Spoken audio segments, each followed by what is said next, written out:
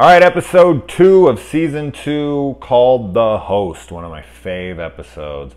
It just, the monster in this is it's the best monster in this show as of yet. You know, season 2, episode 2, like everything before this, for me, does not compare. I adore this fucking fluke. This thing is so gross and creepy. It looks like a damn vampire or something. It's such a great monster. So this guy's pulled into the tank in the beginning, and very horror movie. I mean, anybody who says this show isn't horror, you got to see episodes like this. You got to see episodes like Home. You got to see, like, there's tons of horror in X-Files, tons of it. And this opening sequence and the monster itself is absolutely, this whole episode is horror.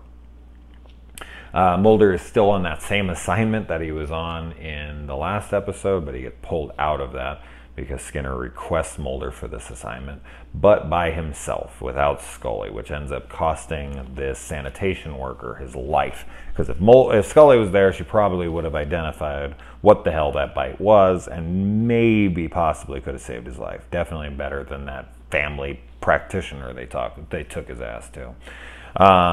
And Mulder thinks the whole case is a joke at first before he looks further into it, and Scully comes to help.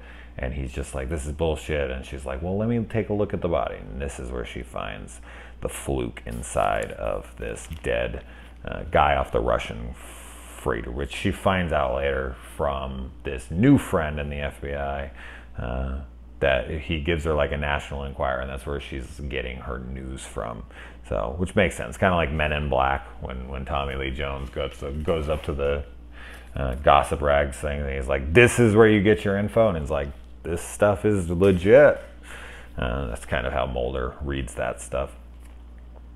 Then we get the sewer attack, and that's the guy who ends up dying, but there's another real horror scene. And oh god, yeah, like, so Mulder looks at the bite on this guy's back, and it looks so like nothing. And then when he shows Scully a picture of it later in the episode, it's like a Polaroid. It's so much bigger. It's so much more pronounced. It's so much darker. So much more there. It's just a completely different bite. I mean, it might have been like an hour later, or maybe the light or whatever was different, but the bite looks nothing alike to me. And I laughed out loud when I saw it. And then Mulder and Scully are talking, and she's going off about what it could be, and she's like, sorry. Like, it felt like old times there for a second. Yet again, more Scully just kind of reminiscing and having emotions for Mulder. But man, we don't even see an almost kiss to my memory until the movie. They don't even do anything in there, so there's a long ways out from that. I know they kiss on like a New Year's Eve, ball drop, maybe before that, but I don't think they ever have any romantic anything until the movie.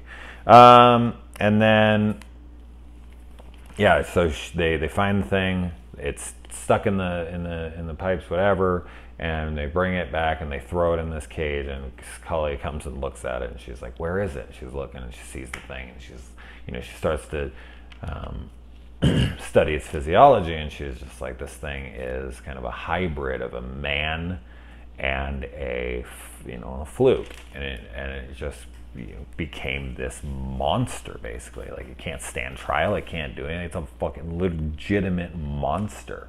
Like, when it yells, you could see the man teeth under there, which I just think is a bad effect from the costume or the special effects, the practicals, but I don't know, it kind of goes with it because there's like a man under there too, so I kind of switched that away, like, yeah, that's all right. It kind of makes sense, I guess. And I love that when Mulder asks how she figured this out, that the guy was on a Russian whatever, she like immediately divulges the information. She doesn't want to hold shit back from Mulder for any reason. And I love that about Scully, man. She's just true blue, no lying, whole truth. That's what Mulder is searching for, so they make such a great duo in that way. And Skinner really wants to help. I mean, truly. And he's bummed because once Mulder realizes that the guy died, he's like, well, this should have, we could have saved him. And Skinner's like, trust me, this should have been an X-File. I am completely on your side here. And then they transport the monster in a ambulance, which is this fucking, you know, insane thing, this marvel, you know, of science. And they have one single guy transporting this thing. One guy. No one's back there holding him down. No one's back there with a weapon. Nothing. Really? Wow. So it kills the guy, and then it goes and it slinks its way down into an outhouse toilet. And then this guy comes from the sanitation department and whatever, and he has the biggest fucking hose to suck the shit out of this thing I've ever seen. It's like this big. If you've ever seen those hoses in real life, they're like this. They're not very big, and they go to the thing. They don't go down the front of the thing. It's just purely there for the show itself, and I laughed because I was like, what the fuck ever. Yeah, it was pretty hilarious, but whatever. And then, yeah, they go down and they chase him into the sewers, and he's trying to get out of there, and then Mulder comes down and cuts the thing in half, which is such a great, he just screams out in pain. And then Scully says that it was trying to reproduce. It's hermaphroditic, but it can put its other stuff into a host through its bite. And then I'm guessing that guy, when it went down the drain, it became another fluke, because we see at the end there's another one out there, which I don't think we ever see a fluke man again in this show.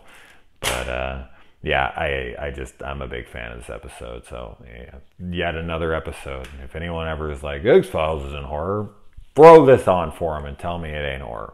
All right, guys, I got to get to bed. Good night.